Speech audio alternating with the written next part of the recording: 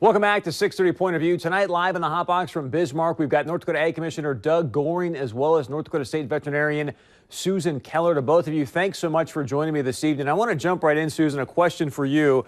Jackie Schilke, she's a rancher out in the Williston area, she says, documentation about how fracking and the oil development in western North Dakota is beginning to impact her cattle, her dogs, her cats. She's lost 5 cows, 1 bull, 2 dogs, and 24 farm cats in the past 2 years. I want to play a short clip for you from a video that she has recently put up on YouTube called The Truth About Fracking in North Dakota, and then get to some questions for you. Roll the tape, please. This kitten seems to have some serious nerve damage going on here. It can hardly even stand up straight. It can't walk. Susan, is there any possibility that this cat and her cattle and other animals that she has are being impacted by the oil development in western North Dakota? Well, not to the best of our knowledge. If she has information to that effect, it's not been shared with us.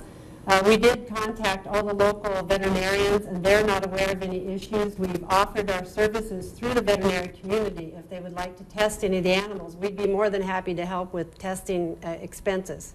So how do you explain what you saw there from the cat? There was much more to this video, just so people out there know that we could not play for you because it was too graphic of content to play at this hour of the day. So how do you explain what was going on with that cat? I also saw that video. I believe it was a YouTube clip that was made the rounds. And what I take away from that is that there could be those signs. Those are clinical signs of an animal that's ill, obviously. But when you look at those signs, that can be caused by many things. So the veterinarians need to get involved and find out what the vaccination history is. If the cats maybe have distemper or calicivirus or something else they're not vaccinated against. But we need to start ruling out what could have caused that, first of all. Until that's done, I don't think that we can assume that it's something else that might be due to any toxin.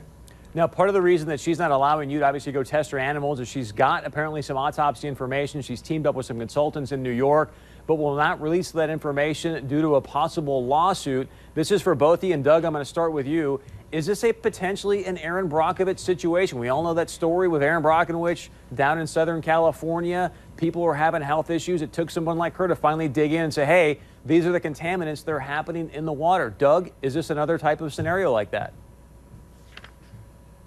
Well, I don't believe it is, but we never rule anything out. We look at all possible situations and look at what all those possible causes could be.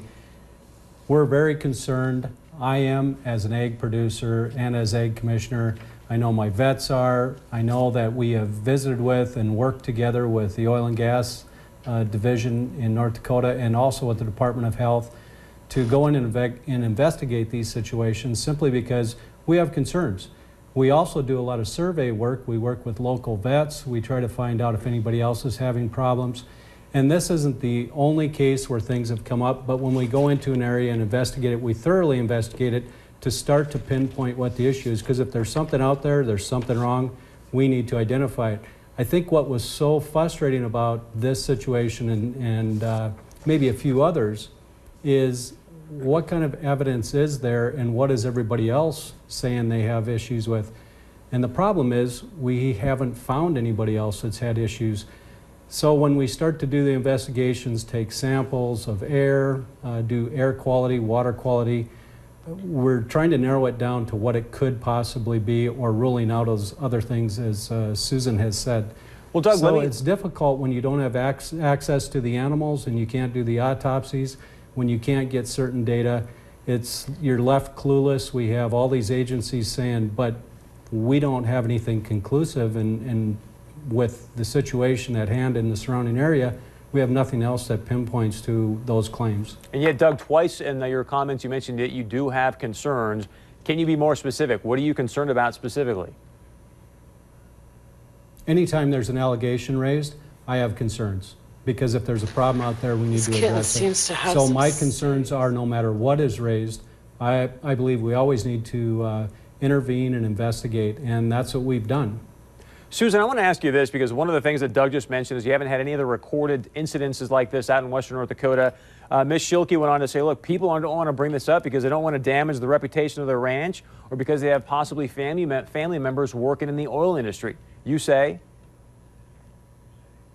Well, I think that we do have other cases that have been investigated, and you know, we've had, like you would with any situation, you could have dust contamination issues with the traffic that's going on. They've been minor though, and I would encourage people, if they do have any concerns, to work with their local veterinarians.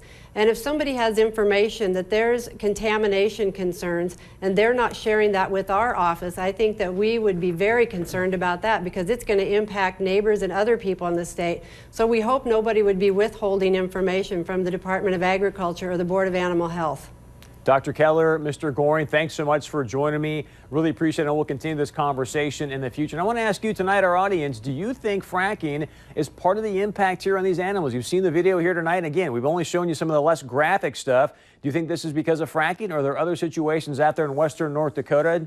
Might this be an Erin Brockovich type scenario? Love to hear from you. As always, you can go to our website and stay with us because coming up in just a moment, what if I told you that the inflation on higher ed was almost double what it is for medical care in this country? When you see the numbers, you will be shocked, and you understand our interview that took place last night right here in the Hot Box. Go to our website, 630pov.com. We'll be right back.